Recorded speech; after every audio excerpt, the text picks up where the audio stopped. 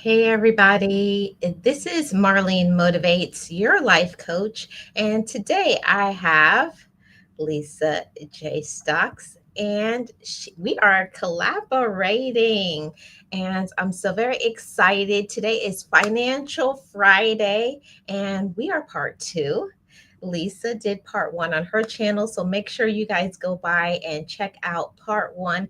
And this is part two. Today, we're talking about planning for the future. So, me and Lisa are going to get into it. But before all of that, let me introduce my co host, Lisa J. Sachs. So, Lisa, let them know who you are and about your channel. Well, thank you, Marlene. I am Lisa J. Stocks, and I started a finance channel here on YouTube a little over 2 years ago, just sharing my journey to uh, invest, maximize my money in all ways possible, and stay out of debt. So, Yes, I love that. So I am definitely going to put the link to Lisa's channel, and you guys go by, show her some love, check out some of her content because it is amazing. Um, excuse me. And hello, smarter than your average. How are you doing? Welcome in. Thank you so much for coming over. Happy Friday. So, Lisa, we're just going to do this as a chill, laid back conversation. So, we're talking about planning for the future. And I think that a lot of people, when we talk about planning for the future, people are thinking like 20, 30 years and into the future. They're not really thinking about planning while they're still at the working age. What are your thoughts on that? oh, that we need to. Well, I mean, there's short-term goals and there's long-term, but that long-term, we have to take advantage of investing early and letting compound interest do its magic. So yes, we should be thinking about retirement. We should be thinking about 30, 40 years down the road when we are younger for a portion of what we're doing. But I totally understand that we're also going to have short-term goals too. But I think the thing is, a lot of people are focusing on the short term and not the long term. Yes, that's so important. So, when thinking about planning for the future, what would you say like would be the age that you should start? I have an idea in my head, but I want to hear curious to hear what Lisa thinks. So, when do you think you should start planning for your retirement? I think what, definitely when you're working full time, when you are into your career working full time. But as soon as you start working, if you have people around you that, can instill that money mindset, start doing it then. Once you have your own earned income, you can put some aside for retirement. And even if it's a small amount, I would take advantage of it from then. But yeah, at least once you're, starting your first full-time job or getting into your career. Yeah, I agree with that. I was more of the thing like from the time you're born, your parents Oh, should be oh, thinking that of no, your that's why I said retirement? this Okay. is a laid back conversation. It's Yeah. no pressure or anything. I was just wanting to know what was your first thoughts, but yeah, I Well, was thinking from I the was time you're born. yeah. Well, those accounts you would have to transition some of that into a retirement account. But yes, we definitely, if we were talking about, when can anyone start investing, you can definitely start investing for children, babies. You have their social security, you have their birth certificate, you can start from then. But see, I've gotten this question quite a few times as to a Roth IRA for children. If they don't have their own earned income, you can't do that. But in time, when they get older, you can transition some of their investings into it. But yeah, but I would think that was, um, my mindset is probably that's for college or that's for, your whatever you might want to do after high school, as far as getting, training for a trade or just to get you started with life. But yes, definitely can start incorporating, thinking about the future because a small amount, I think even $20 if you start from birth to 65, uh, those small amounts will add up to helping you towards your millionaire portfolio. Yes. I like to call it the millionaire mindset. Yeah, You have to start that begins from your childhood. You have to start to instill those things from your youth, right? Smarter Than Your Average says, I worked at FedEx in the office for 30 years. I retired at 50, invested in FedEx $100 every week for 30 years. And let's say this, the check they cut me my last day helped me retire early. okay. Wow, that's amazing. So happy for you, Smarter Than Your Average. That's great, great planning for the future. But I want to get into this, Lisa. What do you think about the parents who use their child's credit and they ruin it? Like they go and they open up cards or do things in their kids' names. And by the time the child is 18 years old and they're just starting out, they're That's when already, they find out. Yeah. yeah, that's when they find out, like, Obviously, I think that is a horrible thing. I have heard some stories about this. I've even had a much personal experience with it. But Mhm. I know what it stems from. It stems from the desperation of the parent having already ruined their credit and now needing utilities or needing whatever it is that they put in the child's name. Not that I'm making an excuse for it, but Okay. I know where it comes from, and it's a terrible thing because it's going to be a shock to that person's system when they become an adult and finally go to do something, and then they discover that there's these bad marks on their credit. It's terrible. It's terrible, but it's just a bad cycle of poverty and struggle and yeah. I'm glad it didn't happen to me personally, but it has impacted me once before, very close to home. Wow. Wow. Yeah. That's a tough one. I don't know Mhm. how I would handle that if that's how I was starting off in life, but there's always time for us to turn things around. We're always in control of the way we handle the situation. You may be upset about it, but it's never too late to turn things around. So, Yeah, I don't even know. I've never heard like a full story of someone that might have been able to dispute it. Obviously, it should be clear of your age and, at the time of whatever was being used in order to get that removed from your credit because it was obviously an adult in your life that was doing it. But yeah, it's a terrible thing. But like I said, I pretty much can imagine where it stems from. yeah, we can imagine, like you said, Yeah. inspiration. Yeah, it happens.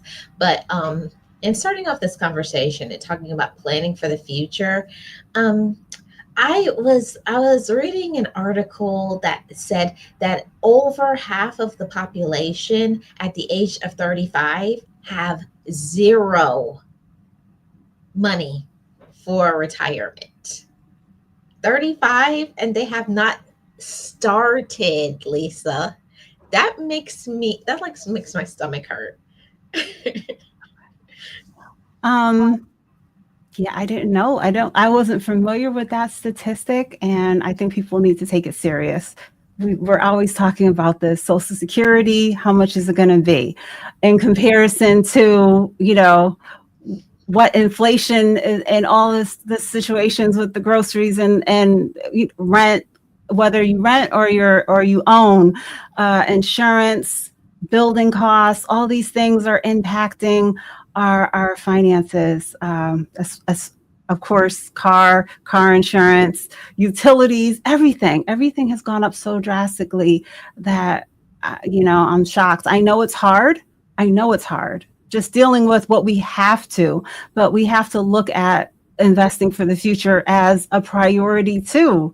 And just, I think the big key is, and one thing I'm trying to hopefully encourage my daughter to do is from day one, don't create a situation where you're earning all of your earnings are going to rent, car, entertainment, and then there's nothing left for saving and investing.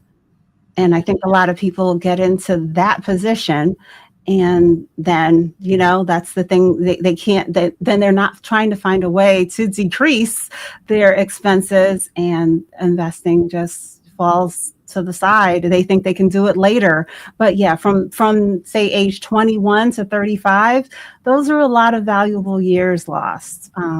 Even if you were doing a small amount, because that small amount, it really adds up, and it'll have you on track to not have to do such a large amount if you're starting at 35 to 65. It really makes a big difference. It makes a big difference, And one thing that I think when I think about planning and preparing for the future financially, I always think about that I don't want to be that statistic. I don't want to be that woman at 70 years old feeling like I'm forced to continue to work because I didn't make the plans. And Yeah. I think that's what happens to a lot of people. They get into situations in their life, or they did not plan, or many different situations, and then they find that even though they may have failing health, they cannot, even if they wanted to, they cannot retire. Mhm. It's a sad situation, and sometimes it's that. I actually ran into a guy. He was working at Home Depot, and I asked a younger staff member a question, and they directed me to him. And he seemed to be like a very older gentleman, and he was chatty with me. So I asked him, something, or maybe he just told me. Oh, I think he was jokingly saying that the 20-year-old kid, that's my boss, and he wound up sharing his age with me. And he said that he could be home. His wife passed away. He didn't want to be at home, and he's bored. So he's very knowledgeable about everything at the Home Depot. So he just figured he would go to work. He said the hardest part was just standing on those concrete floors. So at least after he, shared his story with me, he wants to be there. He wants to get out of the house. He wants to talk to people. And, but it's a sad situation when you don't want to be out there on your feet, and you have to, because that pension, Social Security, whatever you have coming in, you can't piece it together in order to maintain a lifestyle that is reasonable. Yeah, you can't afford, because nobody ever would think that 30 or 40 years ago we would be in the situation in this world's state of affairs. What's going on financially would be such that who would know that you would need so much more money? I can't even piece it together. There's not even the words. Yeah, we're just, yeah, Say. mind blown. Yeah. I took my daughter and her friend to the mall the other day, and I wound up talking to a complete stranger. She was asking me where the whatever particular store was, and I directed her to it. So I was sitting on the bench. I was going to be leaving, but I was sitting down. The girls were about to leave, and they went off. They were going to stay at the mall for a couple hours. But anyways, I wound up talking to this lady, and we started chatting, and we both bought our houses about the same time. And they built some new condos near to where the mall is. And she was telling me about the prices of the units for a little 1 bedroom was so much money and all this stuff. And we were both like, thank goodness we bought our house back when we did, because we couldn't even afford rent. Our mortgage for, a several room house where you have your own washer, dryer, you have everything, you have your own parking, your driveway, your garage. For somebody to live in this condo is so much more than what we're paying right now. So I'm just glad. I'm glad. I don't know how I could have what I have today, starting today, because the prices are so high. Yeah, that I agree, because in my area, just it was just a 1.5 bath condominium, and it started at $350,000. And I was like, how is an individual, say, usually that is on the lower, side of income, how would they ever be able to afford that? How would they ever be able to survive? I have no idea. I don't even know how people pay rent. Like to live by yourself, yeah, the income that's needed is it's pretty extreme in major cities especially. But even yeah, pretty much everywhere. Everywhere. And that's one of the things that I think it's so important for us to have conversations like this, and more people need to be having conversations like, well, are you saving money, and all sorts of important conversations like, what does your portfolio look like, what are you investing in, and all those sorts of conversations. But I did have a few questions that I wanted to ask you. Okay. The first one, let's start with, hold on, let me pull this up. Okay, so my first question is, how do you plan for the future? Right now, my focus is, retirement and just building up my portfolio. So really, making sure that I'm structuring everything, making sure that I'm setting goals and reasonable goals. Like we're saying, the price of everything has gone up so much. Making sure that I'm in line with what is really needed in order to hopefully be ahead of the game when it comes.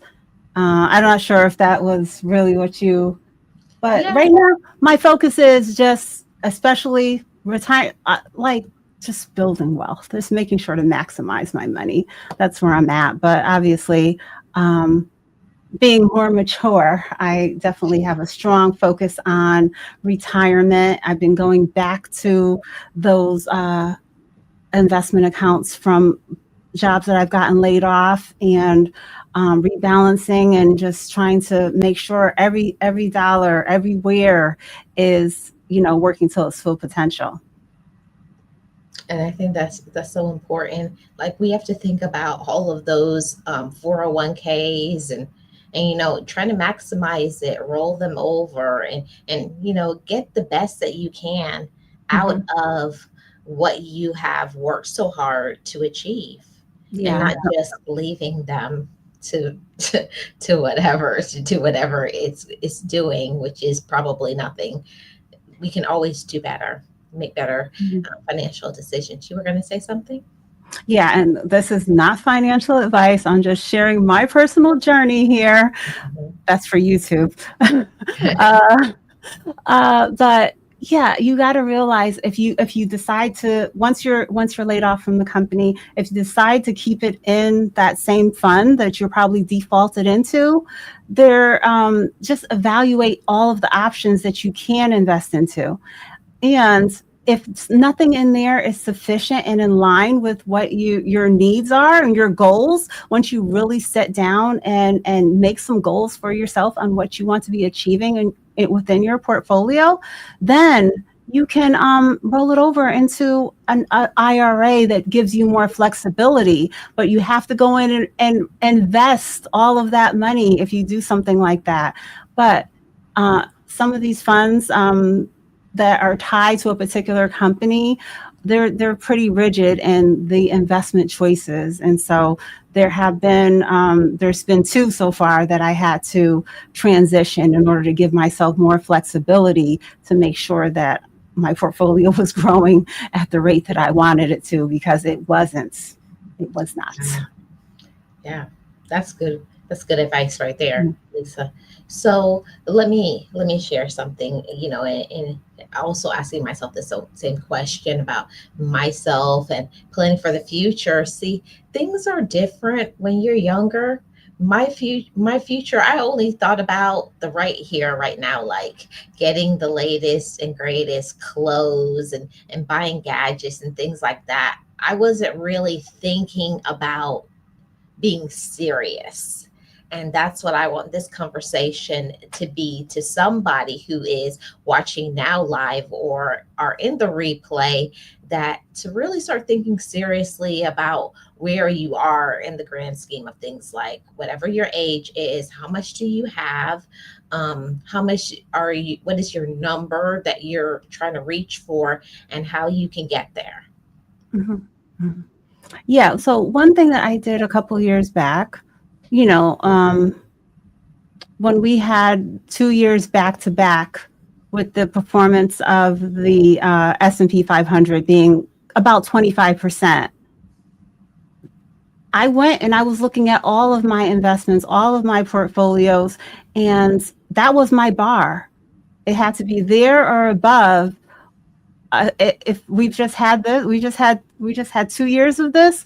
What is going on here that the performance is so low? And I had to get a handle of the fees, expense ratios, everything, in order to make sure that, you know, I was really building wealth, making more money over here. And I found some things that really needed drastic adjusting, and so I turned one particular portfolio around. It's been 25 months now, and I've increased it by a little over about 45%. Wow, that's that's drastic, Lisa. That's Yeah, a lot. yeah. That's really good. It wasn't going to be doing that where it was. Yeah. So, and that's a thought for somebody that if you see that your money is not moving and it's not, you're not getting what you want out of it, do some research, and I know you've talked about it before. Make sure that you have somebody who's going to help you. There's many companies that are out there to help. Don't feel like you have to do it all on your own. They're there Mhm. for a reason. So Yeah, yeah. I've never paid. I call Fidelity. I've gone there in person. I've never, paid for any of the appointments or phone calls. There are advisors that are there to assist you. Now, they cannot tell you what to invest into. So I think it's good to, do some reading, do some research, watch some videos, and then from there, create a standard for yourself, and then go to them and say, hey, this is what I'm looking for, this is the growth that I think that my portfolio, and have them, uh, but I think when you get out there and you go to when you're going to do something, you have to know what questions to ask, no matter what the situation is. And I think a lot of people just think like, oh, they know what they're doing, and they're not coming with the questions, and they're not trying to tell them like, no, that's not good enough. Is there, and you know what I'm saying? You have to get Can out I there. get, is there better than that? I need better than that. Yeah. So I was talking to someone at Fidelity concerning, I was going through some different mutual funds, and I said, okay, like let's start with some funds that have a 5-year performance of at least 100%. And what we were looking at, he's like, oh, there's nothing in here that's done that, but the S&P 500 has done that. So we need to. Yeah, we need. I need to figure something else out, because what you're showing me is does not tell me that it's in track. And but I had to give him some context to kind of show him what direction I wanted to go with what he was showing me, and he wasn't in line with what I wanted. Yeah. And not everybody who is a financial advisor knows what you need. Just like you said, you have to go in there ready, prepared. You have to have your questions. You got to have yourself Mhm. together and know what you want. Because I had to talk to a few advisors until I found one or two that was in line of my thinking and my goals and things like that. So don't be afraid to, like, okay, that's nice and everything, but I don't think you're the right one for me. And you know, and I was kind of embarrassed at first when I first started with my financial advisor to tell, like, I don't think you're the right fit for me. It's just like any relationship. If it's not working, you're like, you're not working hard enough. You're not giving me the answers that I need. So Mhm. I'm gonna have to move on to somebody else. Um, yeah, I, I will. I don't want to sound like I'm a mean person, but yeah, I mean, like for example, I took my mom for a medical appointment one day, and the person that was going to be helping her, I could see in her face that she didn't know this person. And I said to her, I said, give me two names of people that you know that you've dealt with in the past and you like them better. And she gave me two names, and I went and I said, excuse me, is Michael or Susie here today? Because I would prefer if they could help my mom. Yeah. So, and I don't think that was,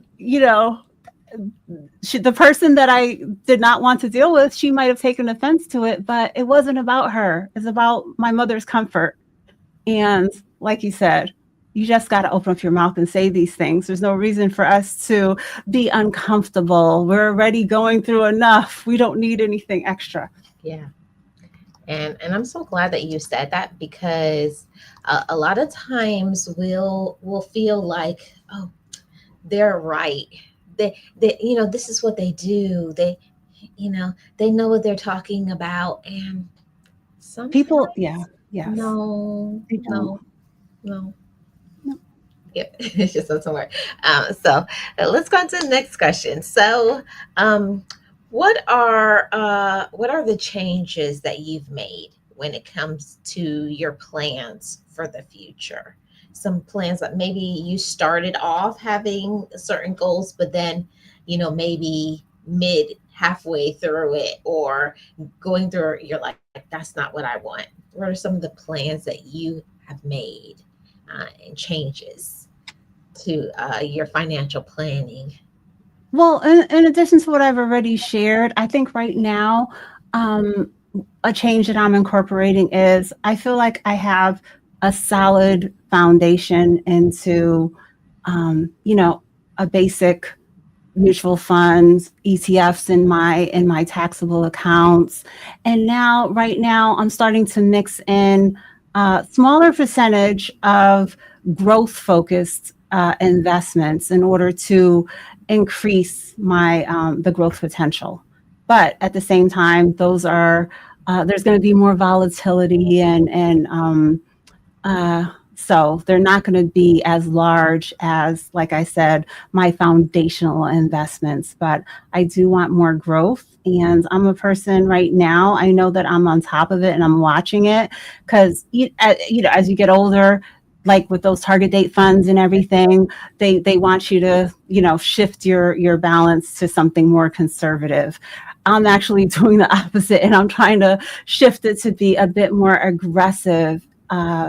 And because I'm going to stay on top of it. And 5 years down the road, if I think I can do another 5 years of being in that aggressive space, I will do it. I'm not going to let it sneak up on me that, I'm at the point of retirement and I haven't dialed it back.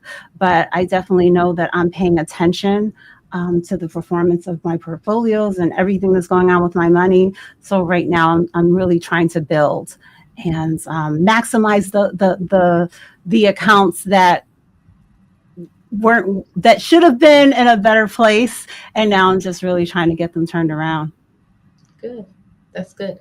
I'm happy for you. And that's an encouragement to somebody that, you could see certain things and you don't like it, but you can always turn it around, you know? Always want to encourage everybody that you can turn it around. Don't give up. And even if you do not have a big income, you don't have to make a lot of money to be able to make plans for your financial future. Small goals that are consistent and maximizing it to the fullest potential. And you will be surprised how much you can save and how much you can do when you plan, when you have the right advisors, when you read, when you rework it, and make sure you're getting the best, I can't think of the word, it just escaped me, but you're maximizing your money to the highest potential. Yes, definitely. Yes. So, Yeah, that's good.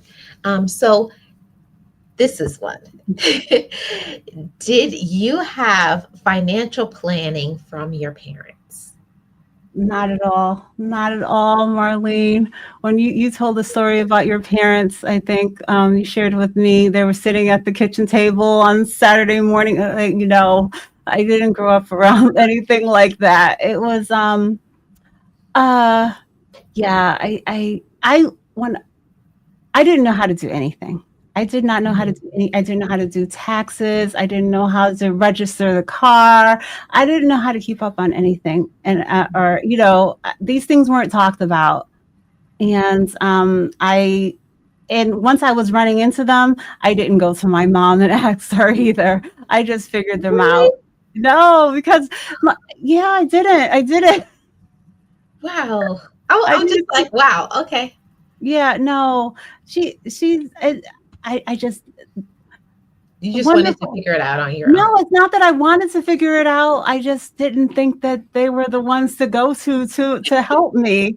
Um, because I don't know. There just wasn't conversations like that. And because of that, I'm different with my daughter. Every once in a while, like we'll be doing something and something that I know she has zero interest in, but I'm explaining it to her, because you should have an idea of you have to register the car and you have to do this and this time frame you have to pay the taxes this often. And I talked to her about these things, and one day I asked her, I said, I gave her a few things that she couldn't use. I said, list 5 bills that you think mommy has. And I said you can't use electric or gas because I Mhm. wanted to see like really what she thinks what it takes to run a household. I wanted to see if she said something a little different, not so obvious. Um, and that's just to show like the water's not free, all these different things, everything is a bill. And yeah, it just wasn't talked about. It was not talked about. And I had other family members, my aunt, uncle, and it's just that were very knowledgeable, that had businesses and properties and things like that, but it But wasn't it talked wasn't about wasn't shared. talked about. Wow. Wow. But you know what I That's found so out interesting. with one of my cousins, of one of my aunt and uncle that were pretty established and did investing and did all the things, and they didn't even tell their own daughter about it though. So Oh. I felt Oh, like it didn't. wow. But yeah, I don't know, Marley. I cannot. I'm giving you a truthful answer. I did not Yeah. get much of insight on, surely when I started working, my mom did not talk to me about how to manage, signing up for my 401k plan. Wow. And I think that's important that you say that and that you're so honest about it, Lisa, because there's many people who are in the same situation, same boat as you, and you've had to do it all on your own, and you should be proud of yourself. And Well, I mean, things were a mess because like I mentioned, I didn't even know how to keep up with the car registration. There was a time when the car registration was expired, and I didn't realize. And I ran into a ticket due to that. But it was truly was didn't know. just just wasn't keeping up with these things. But Yeah. I know better. I had to I I'm proud that I now know, but I just had to learn over time on how to get this stuff figured out. Um, and I was a teen mom. My parents were teen parents. There wasn't they as young people, they didn't have much knowledge to even give. They were kids themselves. So, Right. and And then once you're in a situation where the finances are pretty tight, I those are probably atmospheres where you're not there's really not that opportunity to have these financial lessons and conversations right. like I'm able to do today with my daughter. But my oldest daughter, no, I didn't have that mindset back then. Right. Realist, just like Realist says in the chat, most people don't have that talk. We just figure it out. No, and you just figure it out. Well, I have to say how lucky, how blessed I feel because Having immigrant parents, all my parents talked about was money. Like as a kid, it used to irritate me. Like, I mean, my dad would be like, you ever watch that show, Everybody Hates Chris? Uh-huh. And the dad is like, turn off that light. That's going to cost 7 cents. My, like, my dad was that way. Like, he was always like trying to crunch some money. But if you think about it from where I came from, having 10 kids, they had to make the money, Oh, stretch. 10 kids. Yeah. Yeah, I'm the last of 10. Yes, I remember. So, I was one and the money was, tight. yeah, it was 10. So it was always about the conversation was always everything was money Mhm. because it wasn't like an elephant in the room that you couldn't avoid. You had to know, okay. And we used to have conversations around the table, like how we could save money, how we could come together as siblings, and what we could do for each other to, instead of buying a bus pass or taking a taxi, like I can take you here, but you'll have to, this person will pick you up, things like that about how we can. So I just that's a hard thing for me to understand. Like, really? I was like, I thought everybody talked about money, but yeah, that's what I had growing up. And I think it's because my parents were immigrants and they came, like their parents didn't talk about money at all. Mhm. So my mom and dad were like, look, I want you guys to do better than I did because my parents literally struggled um, to come to this country. My mom says she came to this country. She left her job in Jamaica and came to this country and only had like maybe $27 and she Mm. had to make it. So it was Yeah. like, you can't go back home. It's like you're home now. You got to make it. So that's one of the things that my mom says when you come from having like nothing initially, you're very conscious of your pennies. Very conscious. Yeah, it just Very. didn't happen. I mean, my parents, they finished high school here in the US uh and were working and whatnot. But they came from they immigrated here. My mom did after my grandmother came here ahead of her. My dad was able to come over with both of his parents when he was younger. Yeah, I just don't know. I don't know why it turned out this way, but either the conversations were not there. Yeah. But it is what it is. It's just interesting. I like to hear where people come from and then those that broke things down, broke the chains. And I call it breaking generational curses because coming from having the knowledge, like my mom and dad always talked about, saving money and budgeting and credit score and things like that. They were always talking about that, like, oh, don't make sure you don't pay your stuff late and make sure you pay off your balance by the end of the month. They were always, and I was like, oh, be quiet. It used to be so annoying to me as a kid. I'd be like, just shut up.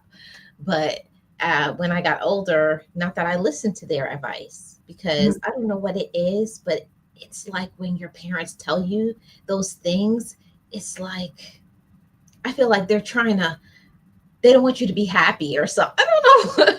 I don't know what it is, but it's like when your parents tell you something, you don't believe it because you've never experienced it. Yeah, like the joke they say, like you want someone to do something and you tell them the opposite if you think they have that mindset. Mhm. Yeah, so my dad used to always be telling me, make sure you pay your bills on time because then the interest rate and all of these charges that you're going to get. And it wasn't until I became old enough and I saw the bill after I paid my thing late. I was like $50 late fee. And he was like, give me the look like, haven't I been told, girl? No, these conversations were not going on at my house. Yeah. Well, and I think it was because having Caribbean parents plus all of my friends' parents. I don't know what that is, but it's like they're automatically drawn to each other. you know, all my parents' friends were also immigrants, so they were always having the same conversations. And I would be in my room doing my homework, and I would hear them talking about whatever deal, buying a house or a laundromat, or in the Caribbean, they do something called pool, where they, Partner. yeah, partner, yeah. Hmm. Yep. And they do those things, and always talking about how they can get money and invest and do this and pay off your bills. I'm not it I always used to hear it, but the bad part about it, Lisa, is I didn't take that advice. Like, when you get things like that, I was getting fed all of these jewels, and I was like, I'm sick of them talking. I was like, when I get out there, it's not even that way. They just whatever. But then when you go through things and you learn and you mess up Hmm. your credit and you make bad decisions. Yeah.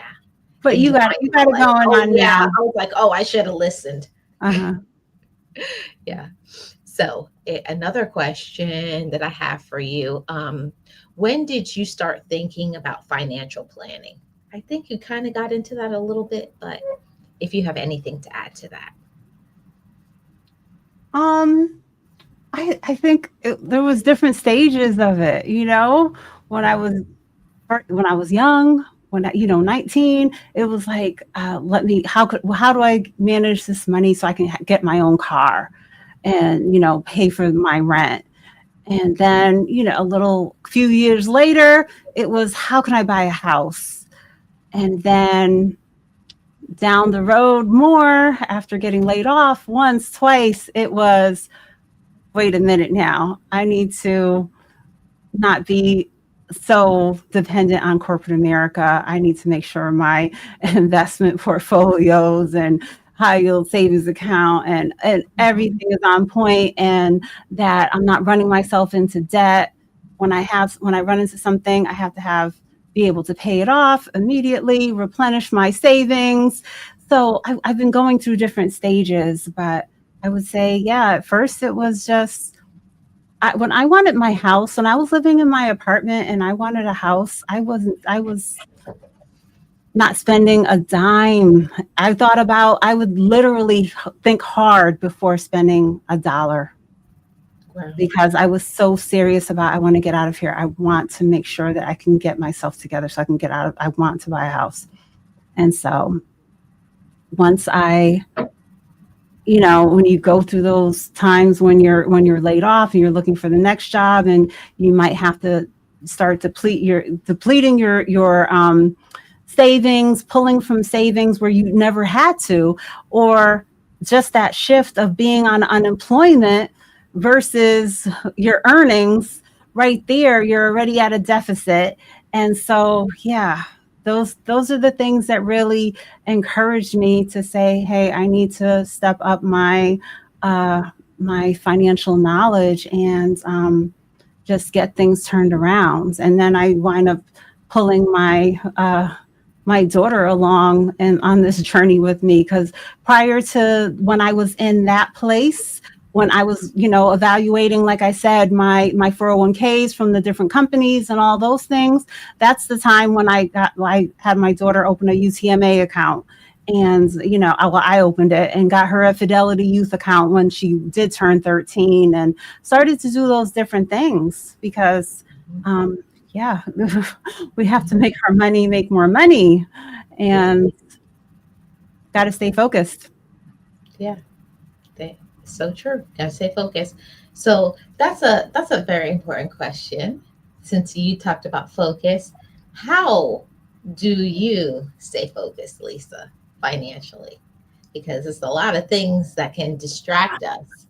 How do you stay focused, keeping your eye like, okay, this is my goals, this is what I'm doing. How do you stay in that zone? I think it's just like how I was saying that, when you get started out with renting an apartment, getting a car, getting this, making sure that you leave money for investing and saving. And so it's not optional. It's not, there's no flexibility there. It's a real, it's like, just like I have to pay the electric bill, I have to do my investing, it's not less important.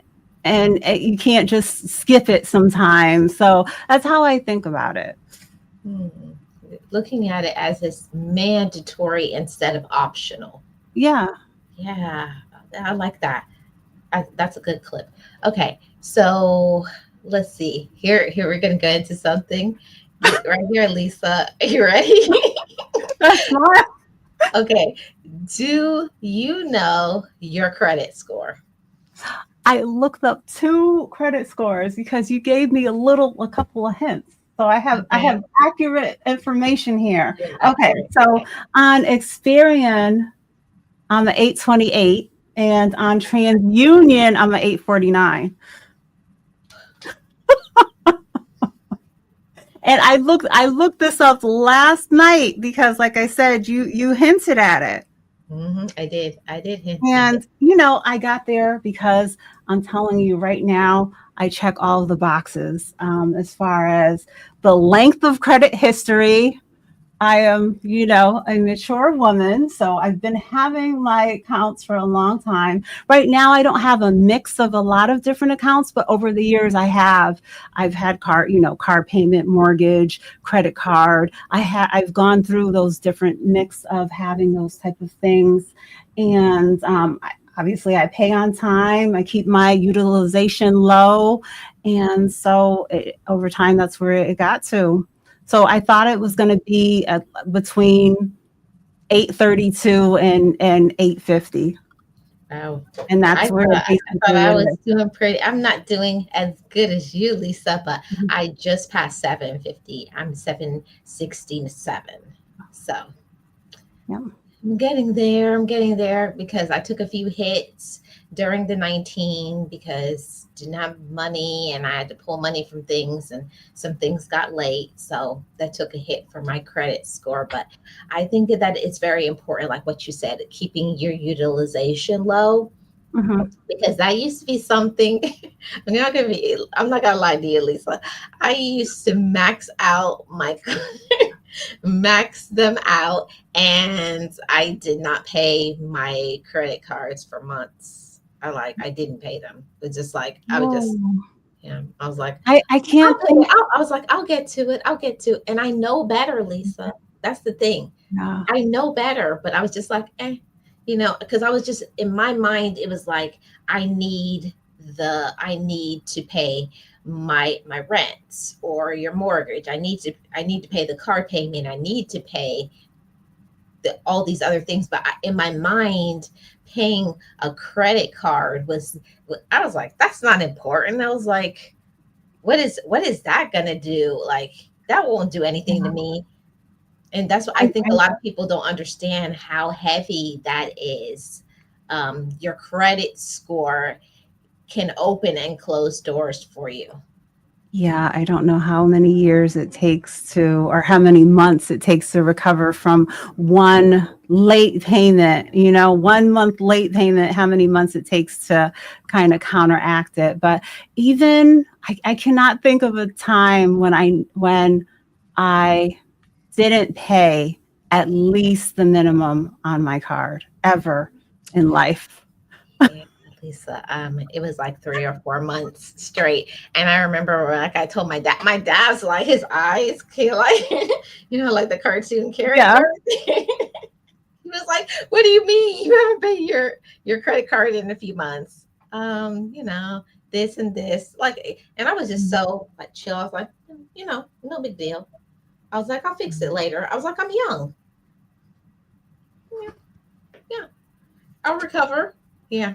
No, I definitely had credit card debt, high interest credit card debt, but I paid at least the minimum. Sometimes it was probably when I put the payment, it was, pushing right back up to the limit.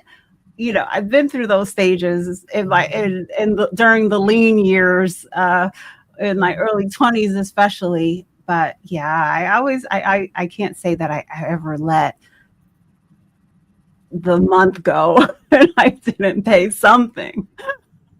Wow. Okay. Good. So just a suggestion to everybody, go and check your credit score. You know, you can go to, there's TransUnion, and there's also Experian. You can get a credit report every year for free if you go to those websites. So there's no reason why we shouldn't know what our credit score is. And then after you find out if it's not what you like, you know, sometimes there's some things that's left on our credit report that should be removed. And Mhm. I didn't know that you could go and request, you know, I didn't know you could go and request for things to be taken off.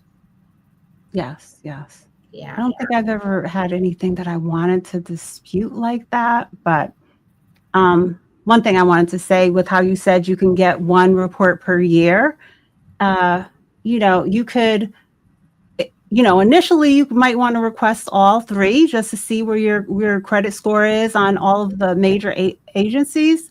But then from there, if you want to request one like every 4 months from a different one, then you'll kind of always have a more recent report to look at as a way of staggering it out. Yeah, I understand that. I get it. So this I have two more questions for you, Lisa. So here we go.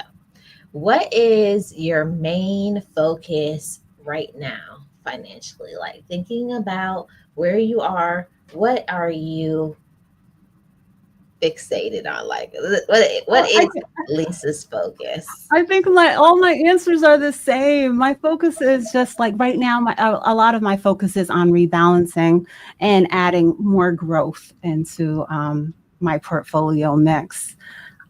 So just maximizing, it's like I just keep on going through it with the fine tooth comb and just making sure that everything is uh, that I'm taking advantage of everything that I possibly can.